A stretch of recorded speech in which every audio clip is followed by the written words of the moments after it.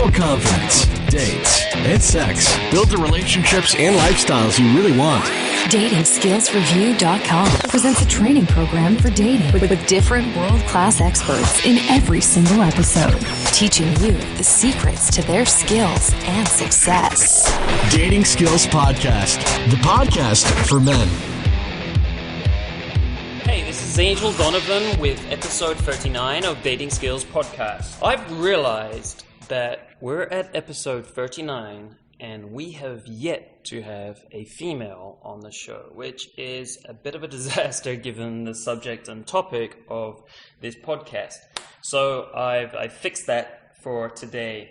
And today we're going to really look into the female perspective of dating, relationships, and sex with women.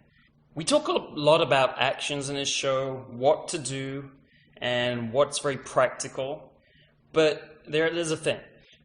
If you do not understand exactly why you're doing something with a lot of clarity, then you're not as confident about doing that thing. So one of the important things about this whole learning curve and getting better with this area of your life is understanding it better, understanding more clearly why you're doing things. And this builds confidence naturally in what you're doing, and it enables you to act a lot more confidently, just naturally. It's a sequence of how things work when you're learning this stuff. So today we're looking at how women perceive a number of things, a number of situations that commonly come up, some of the typical actions that men take when they're trying to meet women, approach them, and attract them, and so on. And we're looking at this from a female perspective so that we can see from their perspective what's going on. And this enables us to understand better why what we do works. To tackle this subject, I've invited Marni Kinrys from the Wing Girl Method to talk about it.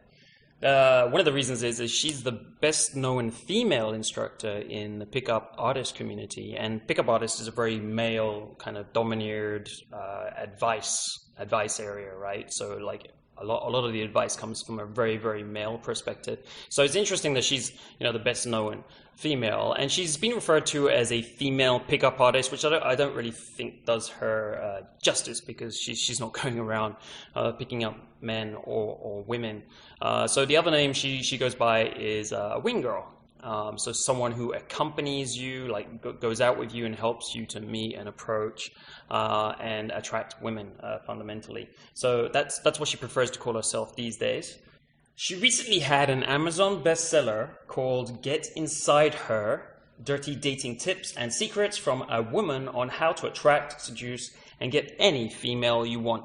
I recently read this, and that's why I invited Marni on the show, because I saw a lot of details and description on how women feel that I haven't seen in other advice books and so on. So I thought she was perfect to talk about this subject. Now, an interesting thing about this interview is about halfway through, Marni and I start to talk about some personal common experience we have with having a stroke, which of course is a pretty horrendous thing in your life.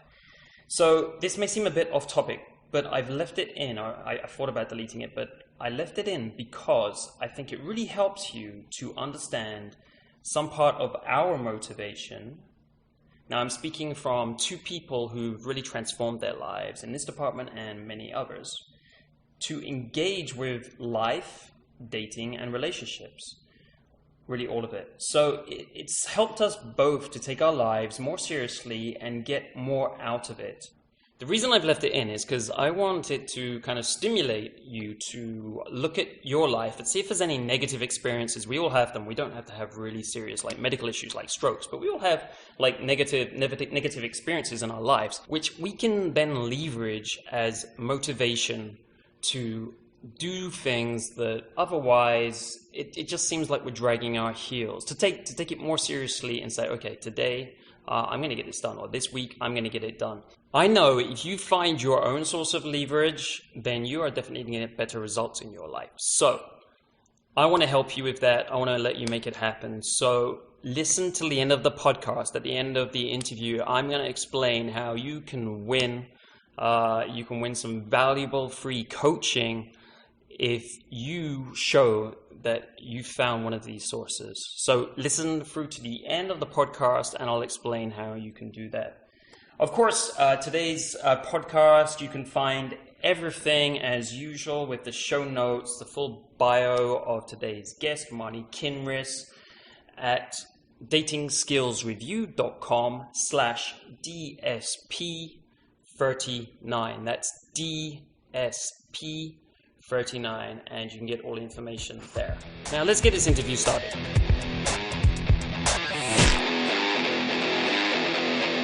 Hey Marni, welcome to the show. You're actually the first female on Dating Skills podcast, which is kind of shocking and really bad. It didn't happen on purpose, but I'm really glad you're on the show. So, to break that trend. Oh, I love it.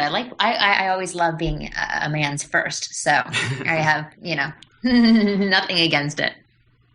Okay, well, one of the things we like to do at the beginning of the podcast is to give listeners a really clear idea of your personal experience with dating, really where you're coming from and what you've learned from your own personal experiences. So how old are you and where do you live now, or have you lived over time? You've definitely never interviewed women. How dare you ask my age? It's so inappropriate. No, I'm just kidding with you. I am 32 years old and I have been a attraction and dating coach and a wing girl, more specifically, for the past decade. But truthfully, I've been a wing girl my entire life. And actually, I'm married now. I've been married for about 3 years. Okay. And when I started my company, I actually had met my now husband a month before I started the wing girl method. And the wing girl method has sort of ridden the roller coaster of my relationship from boyfriend and girlfriend into fiance 5 years later, and then into marriage. Congratulations. So it's been an interesting journey. Thank you. Yeah, that's great. 5 years already? Yeah. 5 years married? That's great. No, 3 years. I'm sorry. Okay, 3 years. Well, that's still great. Yeah. 10 years together, 3 years married. Yeah, well, a decade is nothing to smirk at. Yeah, exactly. So how was your, have you dated a lot of people before then? Yes. Did you consider yourself very well dated in the past? I don't know. Could you give us some details? I would say I'm very well dated, but to be more honest about that, I'm more well curious about other people's dating in the fact that every person that's ever been around me, I've always asked questions about relationships, questions about sex, questions about dating. I've interviewed probably over 3,000 women over the past decade, and then again, even more so as I was growing up as an individual, as a young woman. Yep. So I have my own dating experiences to pull from and my own interactions with men to pull from. Plus I have the other women that I've interviewed and I've, probed to get the right answers out of them.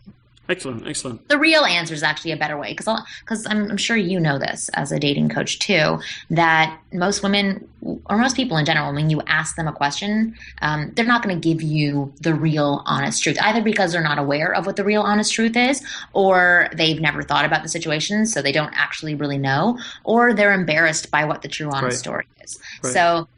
So I've gotten pretty good at getting women to actually reveal honest answers instead of fluffy bullshit answers. Yeah, that's true. It can be pretty hard to get true answers out of both people. Actually, in marketing studies, an interesting fact is they adjust the survey results often because depending on the area they're studying, they know that people are going to lie or modify their results. So when they've got a history of that, say 20 years, they know by how much they're going to lie or they're going to change their answers and they modify. Yes, the margin of error, right? That's what it's called? Yeah, exactly. So, yeah, that's totally true. And one more question is, are you still learning? Because you're in a relationship now, with your husband for 3 years and you've been in that relationship for 10 years. Do you still feel like you're learning from that, or how is it?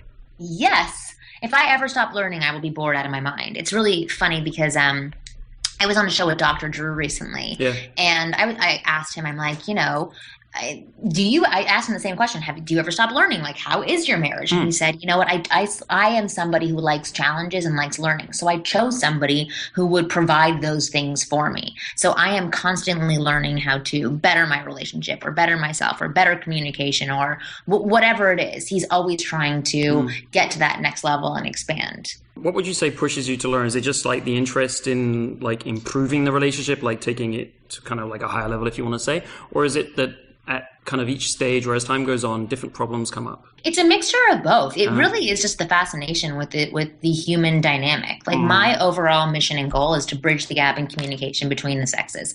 That is what I want. But, you know, secretly, which is not such a secret anymore, I truly want to understand myself, as we all do. And the only way to really understand yourself is to start understanding the people around you, whether they're male or female, but based on the relationships that you have with them. And I always want to maximize my relationships and improve on my relationships and work on further educating myself on others and on myself. Excellent. I feel the same way. It's a lifelong journey of relationships. Yeah. Pretty complicated things, right? Right, it is. But at the end of the day, it's actually not so complicated. I think, you know, our natural human characteristics are what gets in the way of it being very simple and easy when pride and ego become a part of the equation. But at the base level, it is pretty simple. It's that we all want fun and excitement. We all want to be appreciated. We all want to make sure nobody's hurting us or taking advantage of us. And we all want to be understood. It's pretty easy. Getting there isn't easy, but at the very core, that's what all of us want, male or female. Excellent. Yeah, that sounds like a very healthy approach. Well, so what we wanted to do today was look into the female perspective, because obviously you're female, you've probably got a better idea of this than us men. And also, when I read your book recently, I noticed that you pulled out, you know, quite a few things that I hadn't seen before. You gave a lot of descriptions and more details, like, you know, more profound view into the female perspective than I'd seen elsewhere. So I thought it'd be great to get you on the show to talk about that. One of the things we hear a lot about in dating advice is that women are more emotional and that men are more logical or rational. How do you look at this? Is this true? Absolutely. We feel a lot more than you do. We have, I can get into the female brain, but there actually is this great book called The Female Brain that can break that down, that everything for you. That like literally, like, we see things differently. Things register in our brain differently. Different areas of our brain are triggered compared to the male brain. So when I work with men, I always tell them, you have to remember, women need to feel you. They don't think about you. They need to feel you. And if you give them a feeling of excitement, of curiosity, of mystery, of fun, whatever it is, if you're injecting that feeling into them, then that's when they're going to want more from you, and that's where attraction is going to be based in. For men, you know, you feel as well, but not on the same level of sensitivity as we do.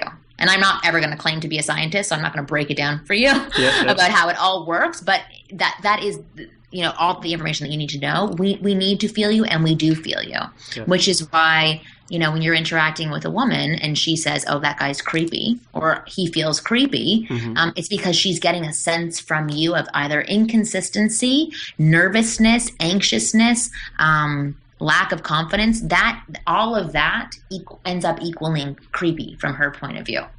Yeah.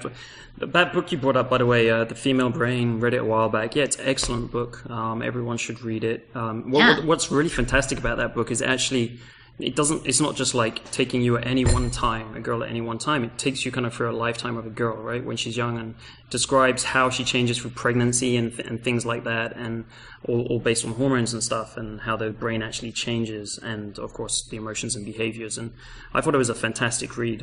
Scientific, but it doesn't get you too bogged down in the science, and it gives you a good idea of how it really changes. In fact, lots of scientists have like sort of put their nose up in the air at this book, which I think typically happens when people try to simplify science. So anyway, that's a whole other discussion. But yeah, it is a great book.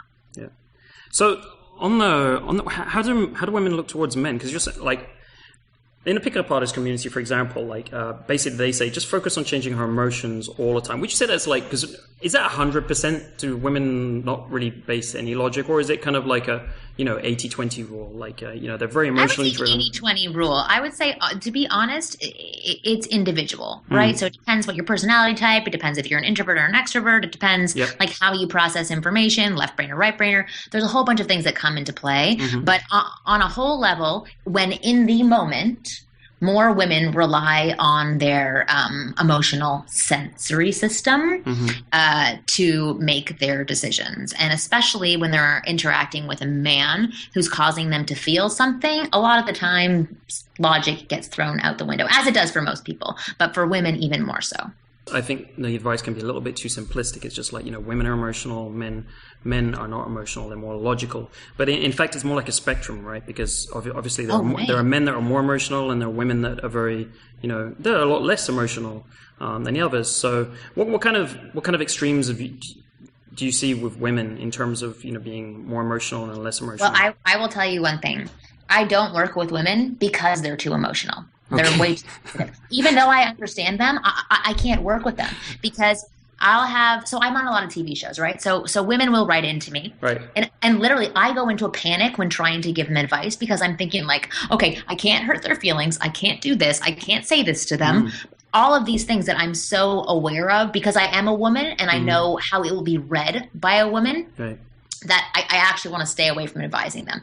Also, if you tell a woman, if she asks you a question and you tell a woman 10 things that she's doing wrong, but you soften it up with one sentence about what she might be doing right, she is going to ignore those 10 things and just focus on the one thing that she's doing right to make herself feel better. Right. So with men, it's very different. If they write to me and they say, Marni, how do I talk to a girl? Or what's the sign that she's flirting? Or here's a situation. Does she like me or not? And I write back, she's not into you.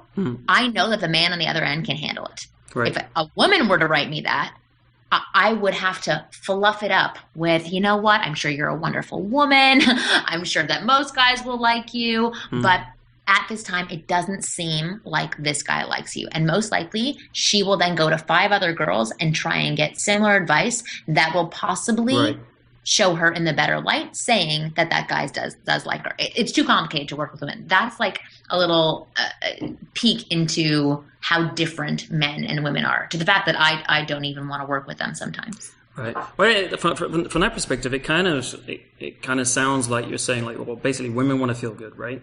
So they're looking to feel good. They're looking at interaction or emails in this example, and they're trying to take the things to feel good and avoid the things that are bad. So, for instance, you brought up being creepy or something earlier, right? Creepy feeling. They're trying to avoid that. They just don't like feeling it. So they'll, be looking, how can I get out of this? How can I, get back to that good feeling?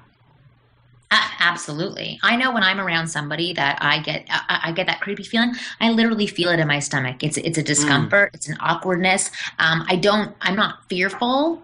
I don't feel like I'm in danger, but it's something that I want to get away from. It's an overwhelming feeling within me. But when I'm interacting with a guy who is flirty and bantery and hitting all of my attraction points, I am like, I don't care if my house is burning down right now. I want to stay here and listen to this conversation and be totally immersed in this other person.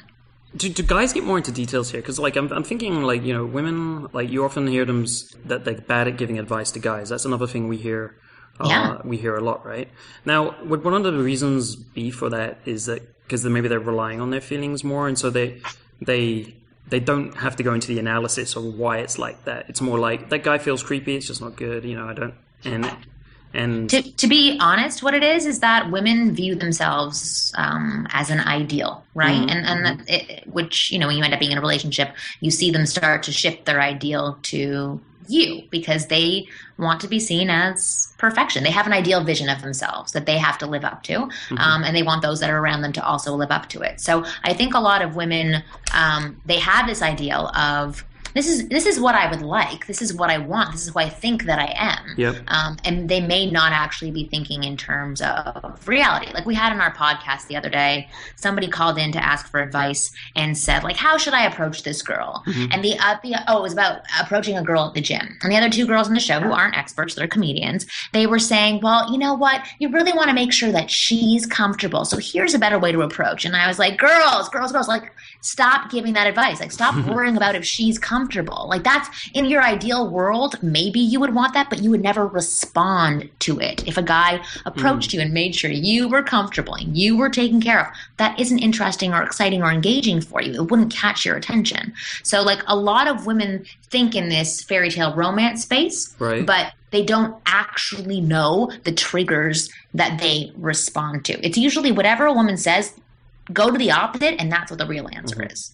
Of course, we're talking about some women here, because of course there are some very self-aware women as well who, so it sounds like you're very self-aware, and you probably were before you started all of this, right? Yeah, I hope so. Yeah. So yeah. Oh, it's not all women for sure, and I have met amazing women who are really self-aware, who can put their ego aside and be very revealing in terms of providing information for men. Right. Is there anything you could pull out, like, because I can imagine some guys they're sometimes they ask their friends or girls and stuff. Is there anything about those women that's different that they could pull out? You could trust advice more from women that are like this than women that are like that. Is there anything you can correlate? Well, I would actually say, instead of looking at it that way, I would say, here's how to get better information from the women that you're asking questions from. Okay. So remember that any woman you're asking questions from cares about you. So they don't want to hurt your feelings, right? Mm-hmm. Right. So if you can let them know that the more brutally honest they are, right, the better you will be and the more that you can learn from. So I would probe women with questions. Don't get too excited, but probe them more for further answers, like to clarify, give them scenarios, if you can provide a full picture for them so that they can get the actual feeling.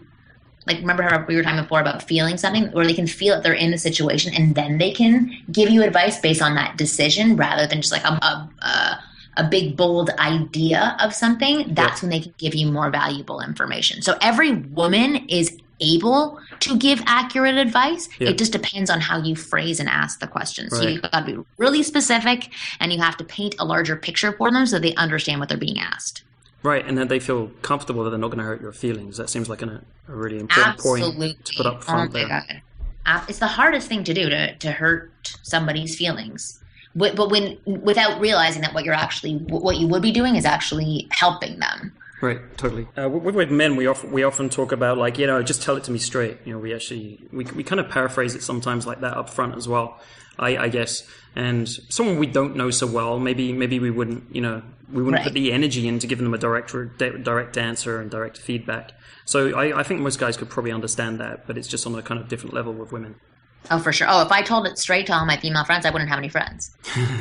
Like, I always say to my husband, I go to women if I want like an ego boost. Okay. I go to my male friends if I want an honest opinion. That's a great way to put it. I like that. Yeah. Next time I feel down, I'm going to go and hang out with them. Okay. Another thing we're talking a little bit about different women here. One of the ways I most think about how women differ is in self-esteem. Like, women with lower self-esteem and with higher self-esteem. Like, over time, I've kind of, that's the easiest way I can differentiate, like, and kind of estimate, she might react this way or that way, and it's probably better if I approach her this way, or, if I say this at this moment. And I normally think about self-esteem.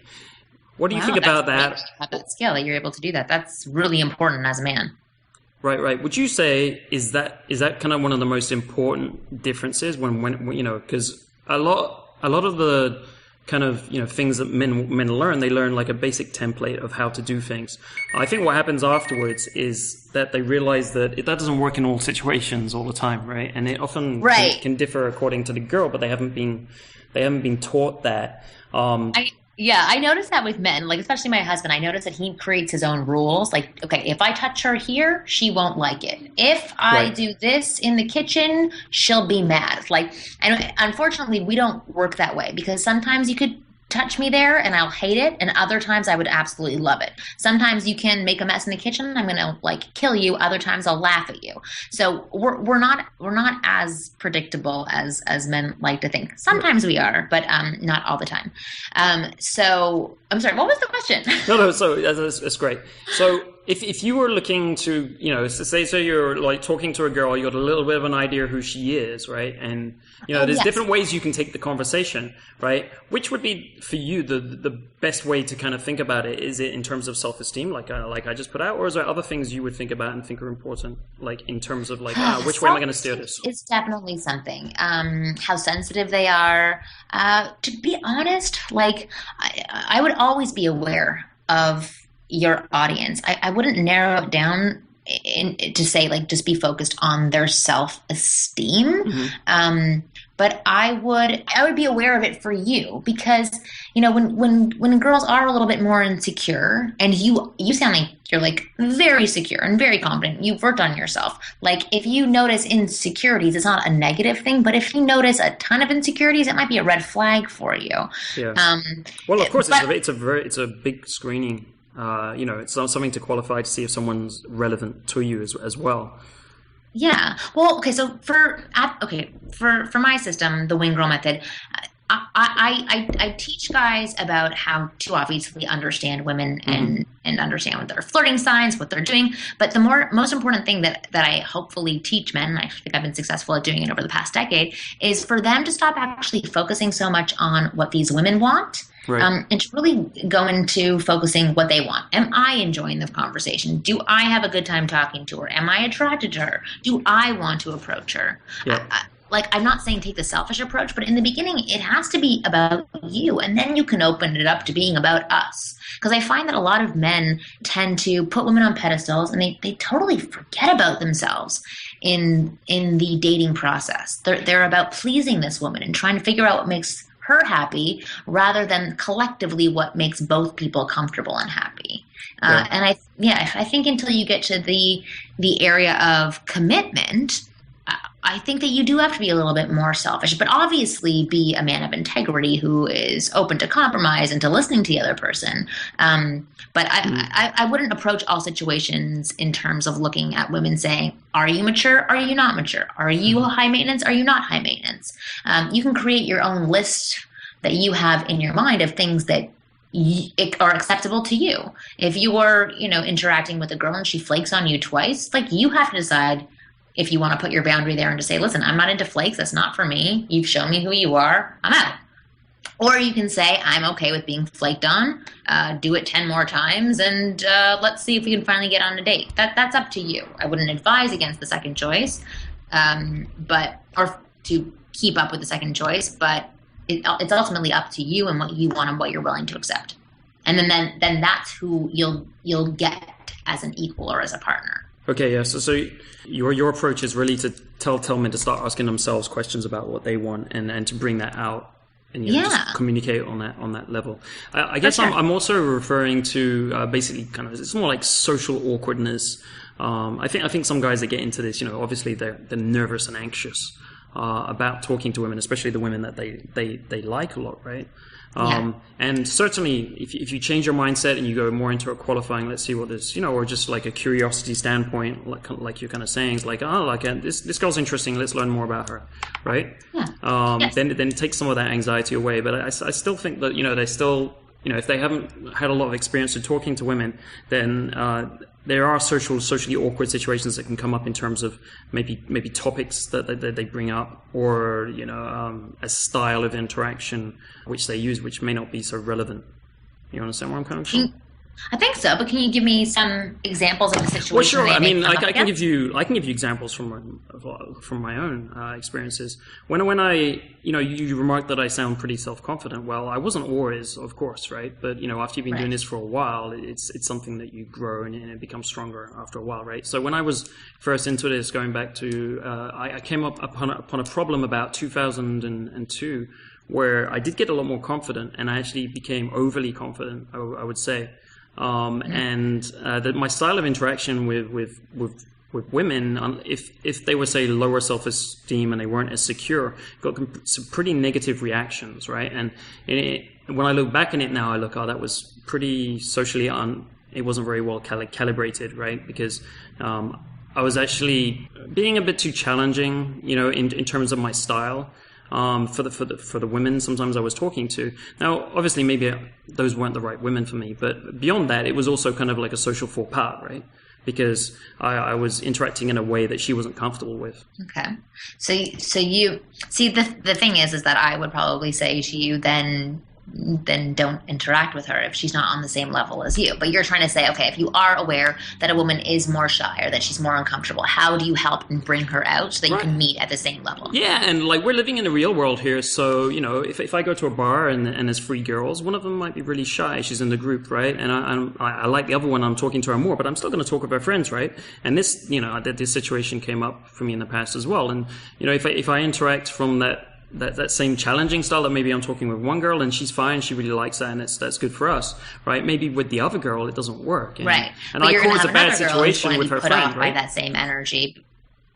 And I totally get that. So there's different things that you can do. So if you are around a girl that is more shy, who maybe can't keep up with you in terms of banter or intelligence and wit, the other thing that you can do is go into a more of a leader role where you're like a tag team together. If you're out at a club or at a social event, whatever it is, you sort of partner up where you literally put your arm around this girl and start partnering up. And I don't know if you've seen the movie, what is it called, with Tina Fey and Steve Carell? Like, I think it's called Date Night or Date, something like that. But where what they do is they assess the people that are around them. And it's like been a game they played throughout their entire relationship, where they look at 2 people and they pretend to do the voices for those 2 other individuals or guess what their interaction is. Okay, so for example, you'd look over at 2 people and say, like, okay, how long do you think they've been dating for? Or are they dating? Are they sleeping together? Or are they brother and sister? But basically going into that role by touching her in some way that isn't overly offensive and overly gropey, but still makes her feel comfortable, and you own like a leadership role. And then you can start playing games with the room to get her to be more at ease and giggle a little bit, joke around with you, and allow her to be shy, but also be comfortable with being shy with you and showing her that you actually enjoy her shyness and still want to be involved with her because you're playing this game with her and not anybody else in the room. I don't know. So would you look at, like, if you're going into a conversation with a bunch of women, is that one of the main things you would think about, kind of like the women's comfort level with different conversation styles, or you would just kind of react based on, you know, what happens? It's more about reacting, but for me and what I teach, it's about you enjoying your conversation and obviously being aware of the people that are around you and what their comfort levels are. So if you want to win over an entire group of people, you do need to be aware of what they require at that time. But if you want to position yourself as a person of value, you want to open yourself up to the group, make eye contact, be comfortable touching, not be questionable around somebody that seems sort of off-put by touching, just like touching them on your own. My method teaches about everything from your point of view as an individual. I find, and I would love to hear your opinion on this. Yeah. Like, when you start focusing too much on what everybody else wants, it can get really cloudy, I think. I spent a lot, like, I used to be really socially awkward. I had a stroke when I was 20 years old. I was always very uncomfortable, and I was always living in my head, but more so, I was always trying to focus on what other people wanted from me. And I found that made for few connections, and when there was a connection, it wasn't really real because I was always trying to please them in some way by giving them what I thought they wanted, which they probably didn't really want. It was my assumption on what they wanted. Right. Yeah, and so when I found out, like, that, I kind of just said, like, screw it, I'm going to be me, but obviously a respectable me, because, you know, I don't teach people to manipulate, hurt, or be dishonest. Yep. But I teach them to do whatever they want and ask for whatever they want. And you're allowed to do that. So I teach from the point of view that it's about you first, but obviously being a gracious, authentic man of integrity. Those things are really important in any interaction.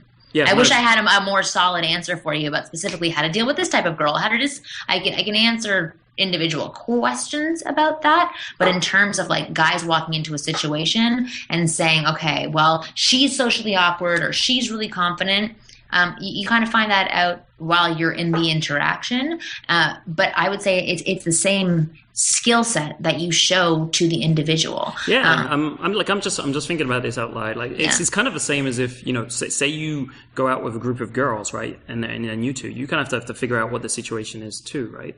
Right. as a girl. Oh, absolutely. And sometimes, like, even when I go out with a girl who isn't as comfortable, like, it is a lot of work to be around her. And sometimes I choose not to hang out with her that often, or I choose a better setting for us to hang out. So if I go out with a girl to a social event, I'm like, oh God, she needs to be babysat, or I can't leave her alone, or she gets really tense. Either I can try and coach her as a friend, which most girls don't want to be coached as a friend when you're just going out for a night of fun, or I can say to myself, you know what? Next time I'm going to invite this girl over to my house or over for coffee. And that's a format she's more comfortable with. So I think that those things you learn over time about how to interact with different individuals. By the way, we have this. I read the thing about the stroke, which sounds like a horrific event. I can relate to it because it happened to me about a year ago. I was rushed to hospital and they thought I was having a stroke, and it turned out that I wasn't. Well, they never found anything, but I had all the symptoms, but they didn't actually find anything. I don't know what the deal was. Really? Yeah, but I can imagine how, like, it's one of those crazy things, right? And it makes you think a lot about your life afterwards. So I can imagine how it may have helped you with what you're doing now. Oh my God, that is crazy. So they basically thought you were having a stroke and then said, "Oh no, sorry, you're not." Well, yeah, they did the scans and stuff, and they couldn't find anything. But you know, when they ask you all those questions, I don't know if they did this to you. They ask you, how can you feel your hand? Is your face numb and all this stuff? And I was like, yeah. And they were like, okay, well, we better do some scans and stuff. And then, and then it just went away. To be honest, I don't remember anything. I was at summer camp. I was a camp counselor when I was 20. I fell off a bike. They thought I had a concussion.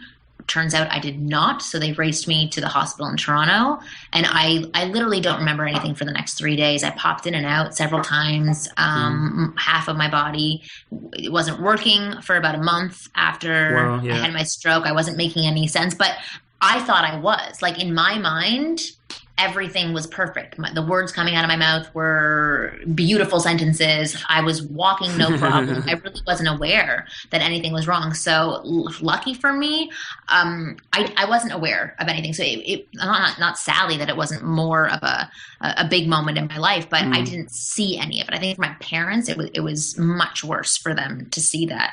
But that is a crazy situation for you. And you're totally fine now? Yeah, I'm totally fine. Wow. There were a few problems afterwards for a while, but I'd be kind of had these weird, like, out of brain. It was just a very strange experience. You can't really describe it, and that would happen every so often now. Me too. I know what you're talking about. Okay. It's not fun, but well, it sounds. I mean, I remember you wrote in your book, just an interesting point here, that you thought it might be related in some way to stress. Oh, it was absolutely. When I was in Canada when I had my stroke. That's where I'm from. Yeah. And so all the doctors said, okay, it's a closed book case. Your brain looks wonderful. You're fine. And it wasn't until I moved over to Los Angeles that I started seeing Eastern doctors that actually gave me answers as to what was going on. I had high inflammation in my body. I had a lot of stress going on during the time. I actually, as I was saying before, I had a lot of anxiety. I'm sure I was depressed, but I was definitely emotionally distressed.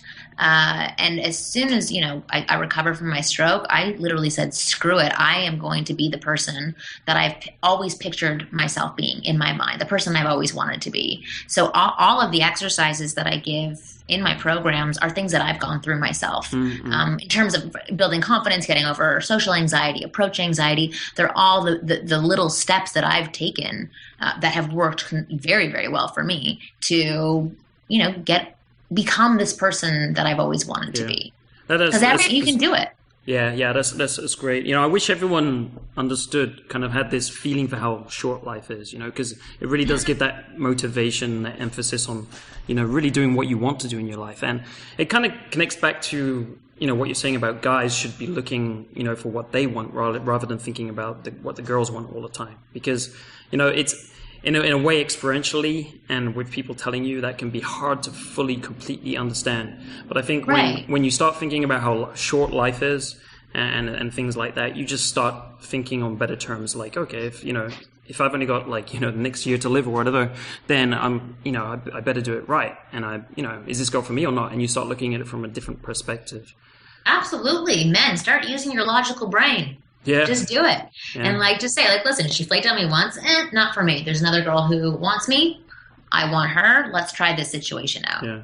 And in terms of figuring women out, would you say one way to look at it is actions speak louder than words. Like, is that a good way with women? Because you're saying often like, obviously with a friend you can like set it up like you were saying earlier, but if it's someone you don't know, they're not gonna be straight talking with you. So is actions? Oh, absolutely. That's across the board for people, but even more so with women. Yeah. Good. Well, it's funny because when talking about like what do women want to talk about or how do you talk to a woman, I always say it's not about what you say, it's about how you say it. And I also think that's true when women give it back to you. It's not about like what they're saying, it's about how they're saying it. Right. So for example, if you text something to a woman and she writes back to you, and once you start to notice how women write back, you can start to see where there's emotion injected into a text and there's not emotion injected into a text. So when women say things very point blank, and from their point of view, it's no emotion, it's very straight. Cold. That's cold. They're not interested in you. So don't read those words at face value. Yep. See whether or not she's being like friendly and engaging in that text, or if she's just saying words to you. Right. I like the way you put that. That's a good little trick. Yeah, because it's about how we say it, how we hear it from you. That's where the real good stuff comes from. Right. So the more emotion you see in the way she's communicating with you, the better.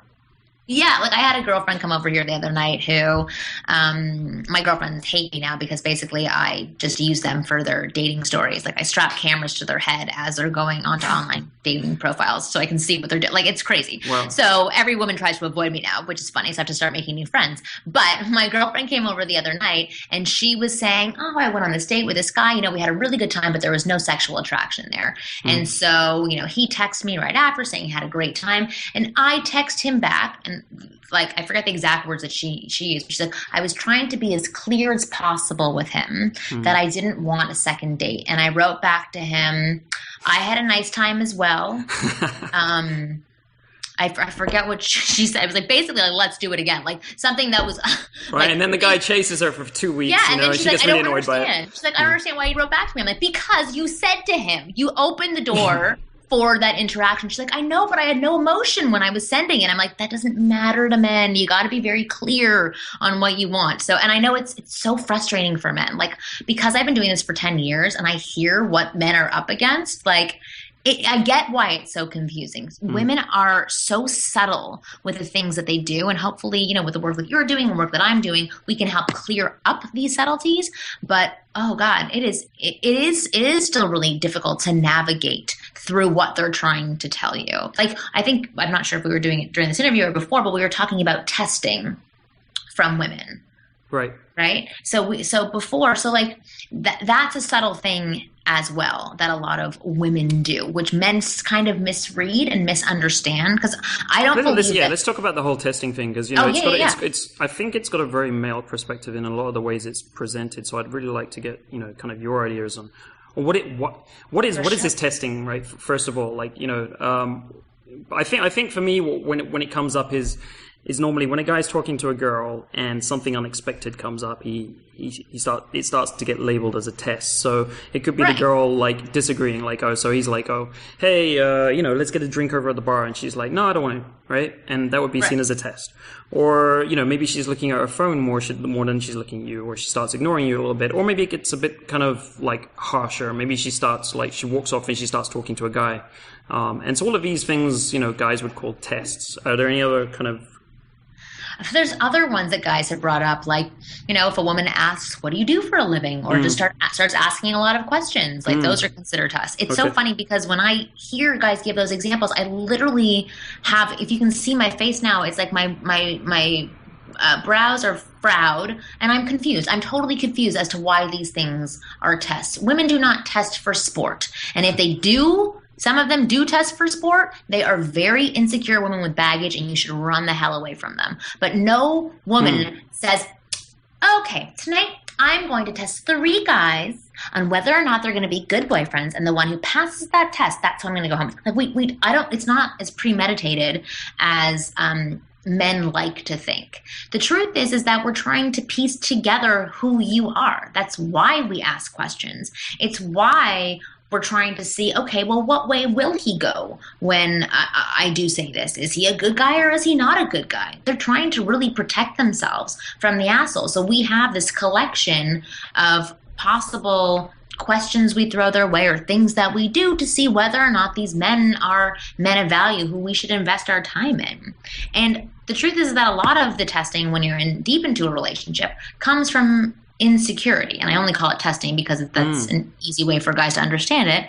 But like for me, for example, I will say that even with my husband, there's certain times where I feel extremely insecure in the relationship. Either it's because I myself am going through something on my own where I'm just having insecure moments, maybe something hormonal that I'm going through. It may be something that I'm misreading from him. It may be a time period where we're not as connected, so I'm a little bit insecure about things. So I subtly, to protect myself, will ask a question instead of asking directly, which is, one of the biggest mistakes that women make, which even I have a hard time doing because it's uncomfortable for me. But a lot of it comes from discomfort and insecurity. It's a lot easier to tippy-toe around something than to ask it straight out, because, a lot of women hear from everybody, from television, from the media, from other men in their lives that, women are naggers or women are this or women are that. So we try really hard to avoid being that.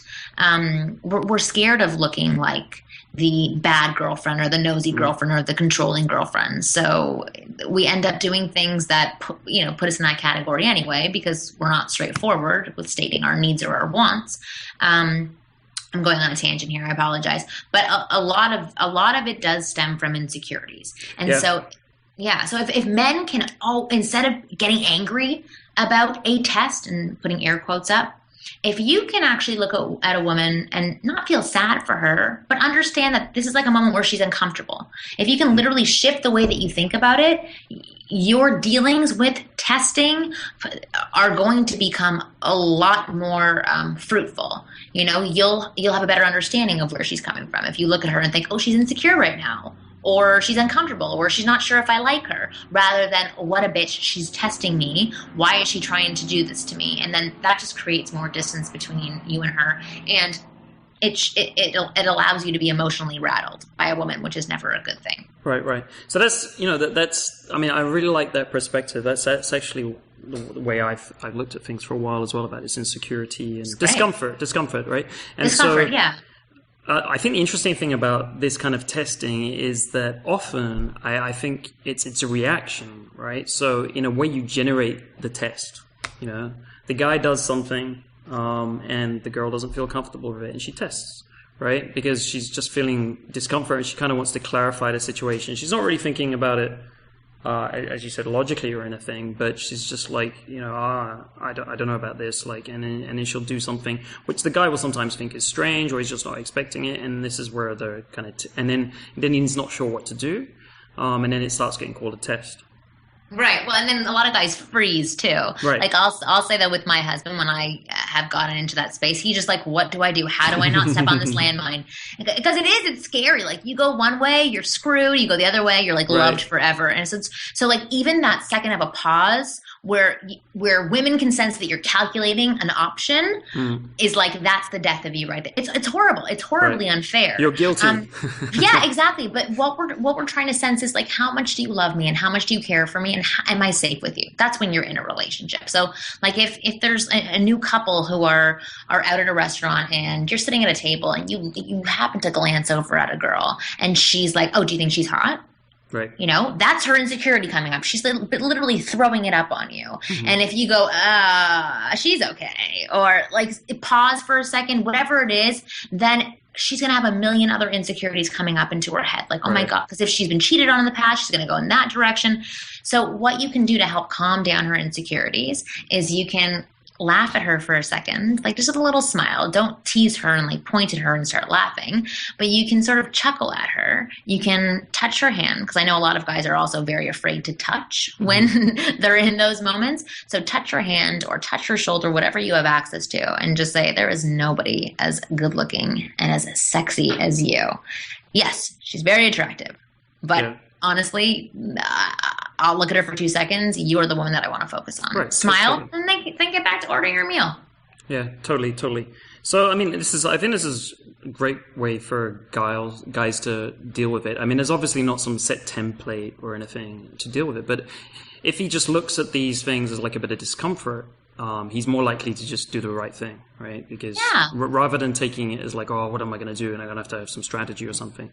Just like, oh, she's not comfortable right now. Why is that? And then, just deal with the issue at hand, which is, she's probably not telling you directly what it is.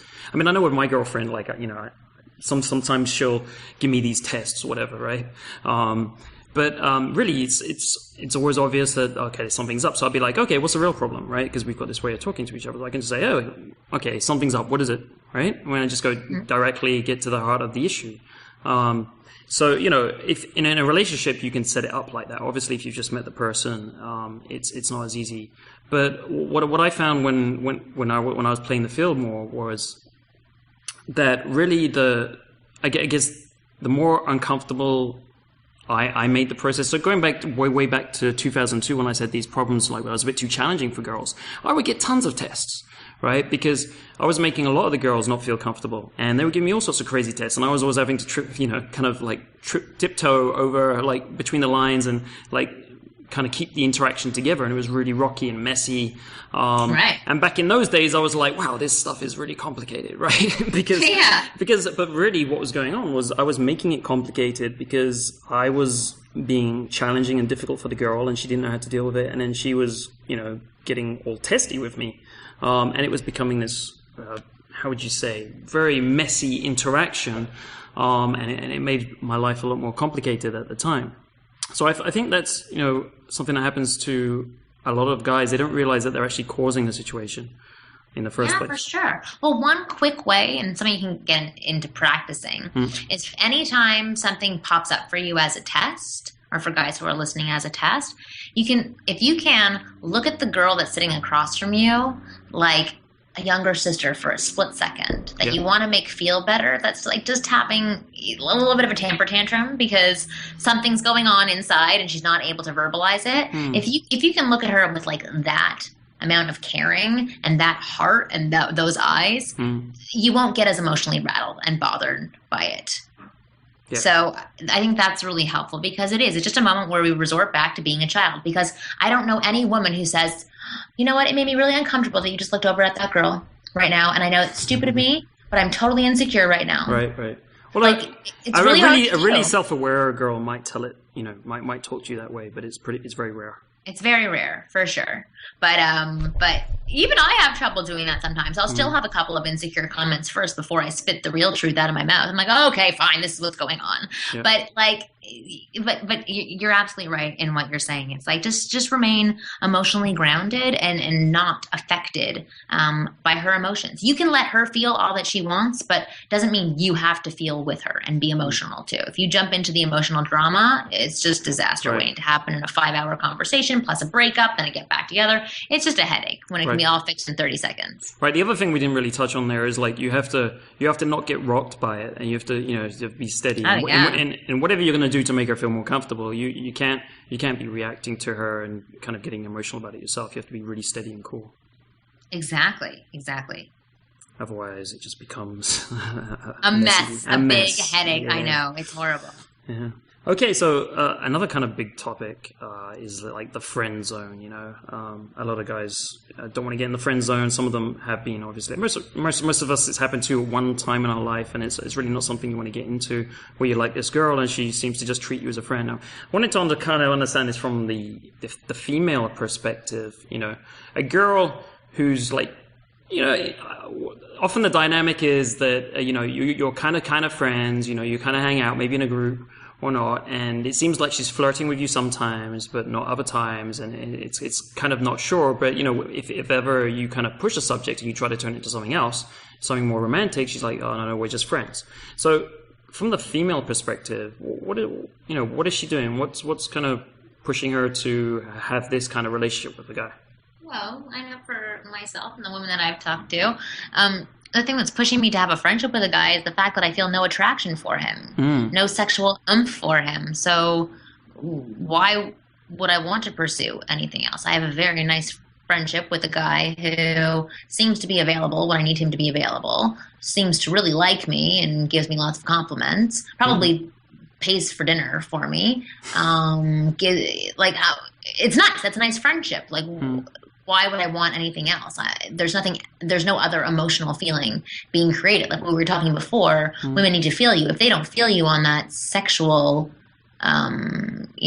partnership level, then why would their brain go in that direction? If they think of you as a friend or a girlfriend or someone they can confide in, that's what they're going to keep you as. But more importantly, like I say to most guys who are like, oh, she put me in the friend zone. I'm like, how did she put you in any zone? You're putting yourself into that zone. The only one who puts you in the friend zone is you, either because you're not asking for what you really want or because you're acting like a friend. That's how you put yourself into the friend zone. If you want to be in another zone, you got to be in that other zone yourself. But I actually believe that it's not the friend zone. It's actually the fake boyfriend zone. Because the truth is that if guys really act with a woman how they acted with their friends, which is like calling their friends out on shit, challenging them, farting in front of them, like not caring, not putting them on a pedestal, not bending over backwards for them, like women would actually be more attracted to you. Maybe not the farting part, but they'd be more attracted to you. But a lot of guys act like a fake boyfriend. They're trying to show a woman how wonderful a boyfriend they would be, how great a listener they would be, how great they can comfort them. And as wonderful as that is for a boyfriend, it's not exciting. And so there has to be that curiosity phase first before you get to the, okay, now I want him to be my boyfriend. I can trust him. He's showing me he's exciting and passionate. But now there's this other side as well where he's reliable and he, answers the phone or calls me when he says he's going to. We go on nice dates. That's the second part. So a lot of guys forget to be themselves when they're really interacting with the woman in the beginning because they're trying to show them how wonderful a boyfriend they will be, which instantly loses attraction from a woman because they're not showing them their real selves. They're agreeable. They don't make decisions. They're not a leader. It's not attractive. Right. Do you think that the women have no idea that the guys are interested in them? Or do you think they have some idea? I'd say 50-50. Most women who are friends with males always think that they want them. They're like, of course they must want me. But on some level, yeah, you kind of always know, but you also shove it aside. There's some guys where you're like, I have no clue that this person likes me. There is nothing sexual here. So therefore, I had no clue whatsoever. But I always knew that there was an option or that my guy friends liked me. Or because I had other friends of theirs who were telling me that they liked me too, and I could sense it from the guy. There's a big difference between the guys who are really just your friends and guys who kind of want to be with you on another level. Right. So you're saying it's all about the guy's behavior. He put himself in the friend zone by acting like a friend from the start. Yeah, I never kept somebody in the friend zone. I'm not like, you're going to be my friend and you are not allowed to be anything else. I've never done that to somebody. I don't know anybody that has done that in the way that men say she put me in the friend zone. She didn't put you in the friend zone. She saw you as a friend, so you are a friend. You didn't present anything else to her as an option. So why would she think any differently? Yeah. Or why would she go in any other direction? Yeah. I think what happens maybe a lot of the time actually is that there was a potential for a spark at the beginning. And the girl might have even felt it, at the beginning, but the guy didn't take the window of opportunity, let it go on too long, and it fell into the friend. Yes, that happens a lot. I had that. I remember when it's a long time ago, but backpacking is one of the instances like that I really remember. This guy named Clive, who was 10 years older than me, who we definitely had that bantery relationship, and there was total potential for it to be there. We were backpacking with each other, and we had met backpacking, and then it just went on for too long, and it got past that point of attraction because he didn't act on it. Yeah. So I was like, okay, well, we're friends now. Because then I saw too much of it. I don't know. It just sort of went away. But there was potential for it for 2 weeks for sure. Mm-hmm. I think some of it is you need a little bit of mystery. And this goes for both men and women. As you get into a relationship, of course, some things you get to know the person more, right?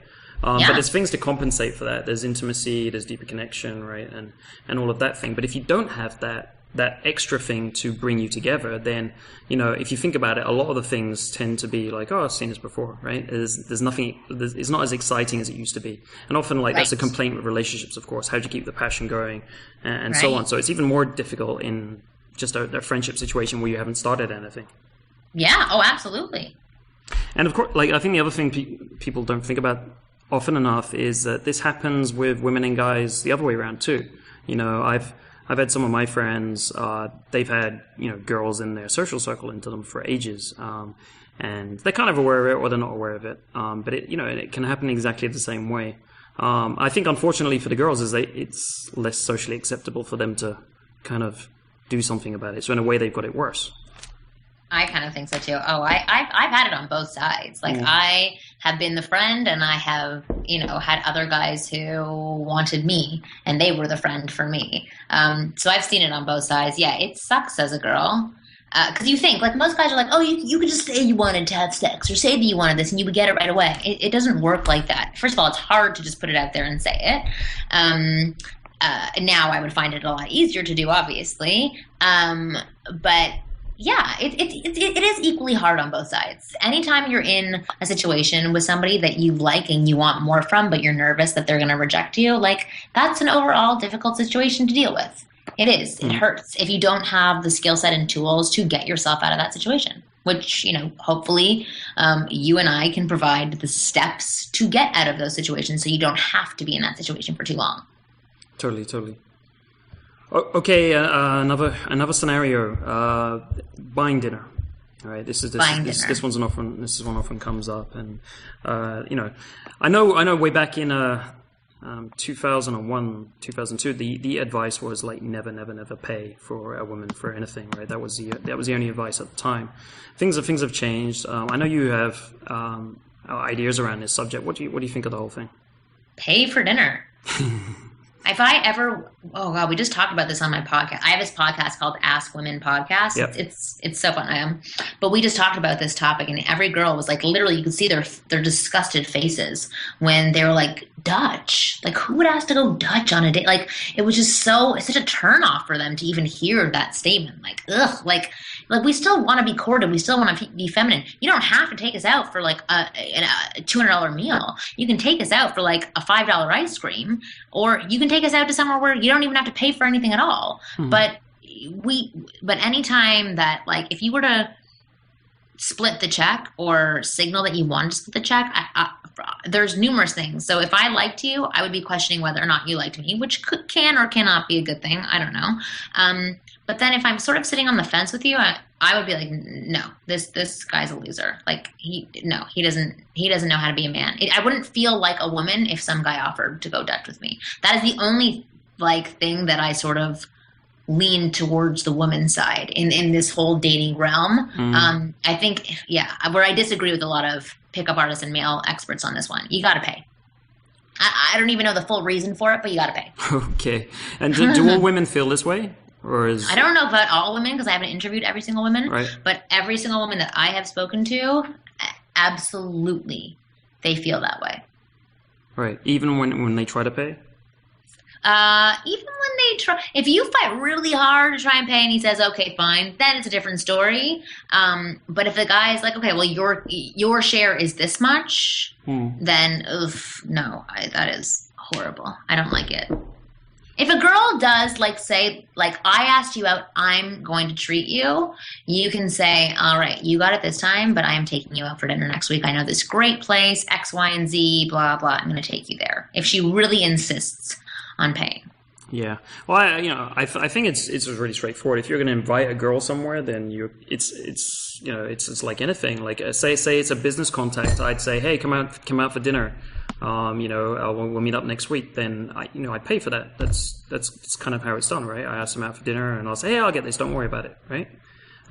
So it's more like it's just a kind of basic social norms, I guess. I guess that's part of what's behind it, and it's not even just the girl-guy dynamic. It's a more general thing in society. Yeah, the only time where I'm kind of okay with it is if you're on a date with a girl and you're not really enjoying her, or she kind of sucks. Or she pisses you off. Yeah, she pisses you off.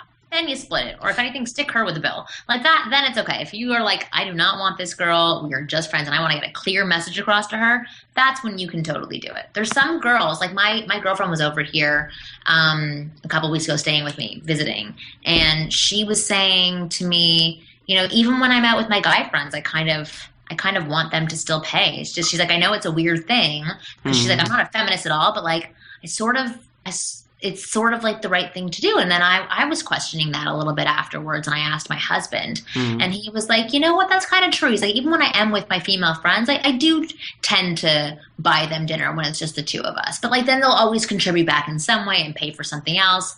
But for some reason, it is just like a general rule that can really bother a lot of women and put them off if they're not 100% into you. Totally. It's something you can compensate for with doing, making a good impression in other areas, but it's completely unnecessary. It's like, introducing this negative factor when you don't have to do it. Yeah, exactly. You're just making it an uphill climb when you don't need to. Exactly. Excellent. We ask this question of everyone who comes on the podcast. If you were to tell a complete newbie to dating and, self-improvement, what to focus on to improve his dating lifestyle as fast as possible, what would be your top 3 recommendations?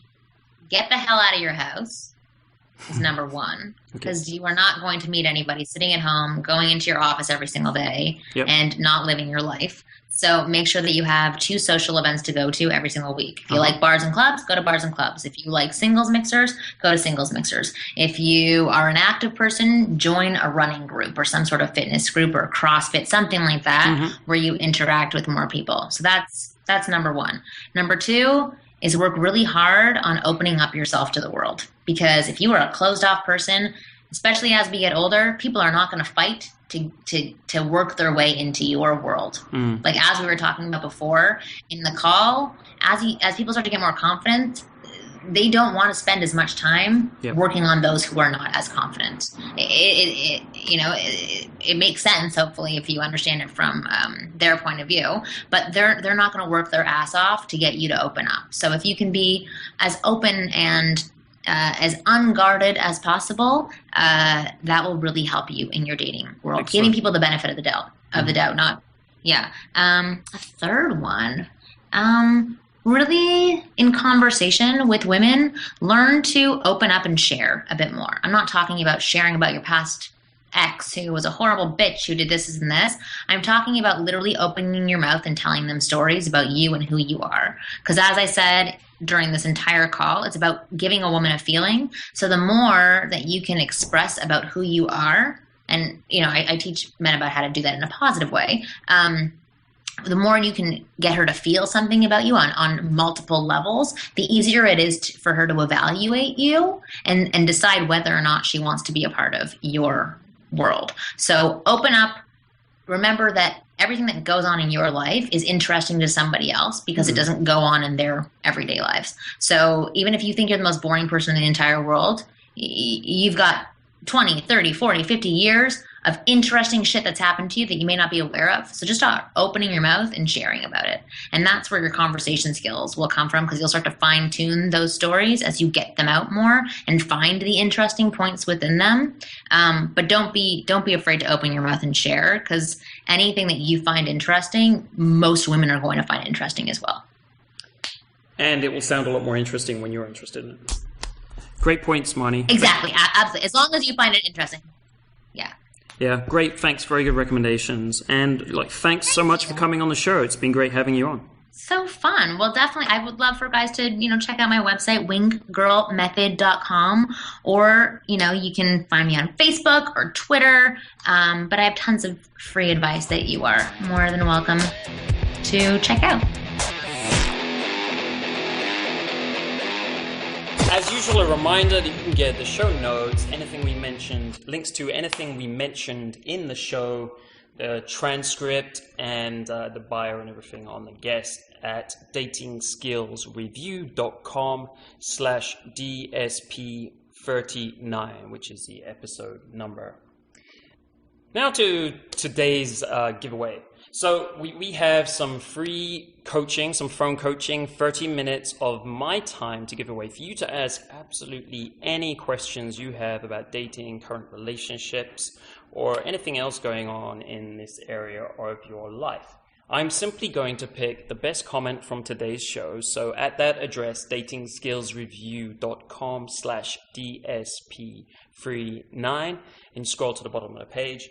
And there, if you leave a comment about a negative experience in your life that you can use to leverage to have more motivation today to get this part of your life solved. So this is linking back to the common experience I was saying to you earlier of Marni and I used our experience with strokes to really take our life more seriously and get more things done and just like drive things forward. So take any type of example from your life, some negative, something you've been looking at negatively, and I want you to spin it and tell me how you're going to leverage this to take your life forward. So I'll pick the best comment and be in contact with you to organize that free coaching for you over the next week. Have you downloaded our free fast track dating manual? I certainly hope so. If this is the first time you're listening to the show, maybe not. Well, you really want to do this because it's not full of dating tips or free dating tips or anything like that. It's something far more valuable. You see, we've found out that the reason, and this comes from over 10 years of experience and having spoken to like most of the instructors in the world, having seen thousands of students ourselves, that it's not because of the dating advice that people don't succeed in this area and they don't get results quickly. You know, some people get results really quickly in a matter of months. I was one of those people. Other people take years and they don't get anywhere, and some people never make it. They just drop out. What's the difference? It's your approach to learning. It's how you learn. It's not necessarily so much what you learn, because in truth, there's quite a few things that do work, different systems, different methods, and different approaches. But the one thing is sure is that there's really only one good way to learn. So this manual gives you a 7-step system teaching you how to learn the most effectively. So you can go and download this right now for free. Go to datingskillsreview.com/fast-track, and you can download that right now. And I really suggest that it's the first thing you do before you look at any dating advice, because it will change the way you approach anything, you know, buying anything, reading anything, taking any boot camps or anything. It will change the way you approach all of that and make it much, much more efficient and get you results quicker. Today's quote from the interview is this: as people get more confident, they don't want to spend as much time working on those that are not so confident. Now, I thought this was interesting. It's something that really doesn't come up very often, but it's very, very true. It really gives you an idea of how important confidence is, because as Marni was saying in the interview, it gets worse over time. People tend to get more confident as their lives go on, especially the people who've got more things going for them, right? So if you're after high quality women, for example, they tend to get more confident as time goes on, and as you get more confident, you are less likely to put up with people who are less self-confident and are harder to deal with. You have to kind of like look after them more. You have to put more effort into communicating with them to not hurt their feelings, and so on. So this is something new for you to think about confidence and its important role in your life, in dating, in every area of your life, because this comes down to business and career and family relationships and, you know, just friendships and everything. It really does define your life. So confidence is really important. And this is a new perspective on it. I'm going to leave you with the quote: as people get more confident, they don't want to spend as much time working on those that are not as confident. Dating Skills Podcast is brought to you by datingskillsreview.com, the #1 men's source for dating, sex, and relationships advice. Get the cutting edge advice now and create your ideal dating lifestyle.